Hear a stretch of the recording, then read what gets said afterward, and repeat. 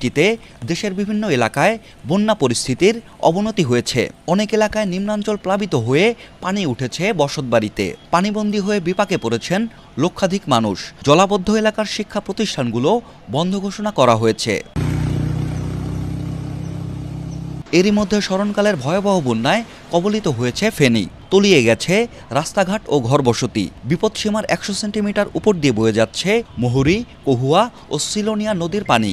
নদীগুলোর বন্যা নিয়ন্ত্রণ বাঁধের ১৭টি স্থানে ভাঙন দেখা দিয়েছে ইতোমধ্যেই। এতে জেলার ফুলগাজী ও পরশুরাম উপজেলার ৭৫টি গ্রাম প্লাবিত হয়ে প্রায় ১৫,০০০ পরিবার পানিবন্দী হয়ে পড়েছে।